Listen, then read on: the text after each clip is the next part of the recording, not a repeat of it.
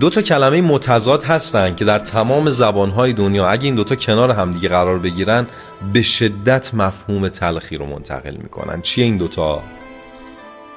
غریب، آشنا.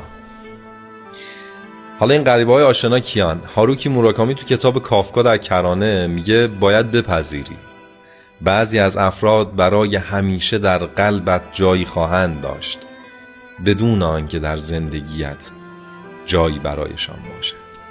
وصف حال همه اوناییه که یه زمانی باهاشون گفتیم، خندیدیم، زندگی کردیم، محرم اسرارمون بودن، دل دادیم، دل گرفتیم و الان نه تنها نیستن بلکه تبدیل شدن به غریبه هایی که زمانی خیلی آشنا بود. امیدوارم تو زندگیتون هیچ وقت این ترکیب رو تجربه نکنید. آره.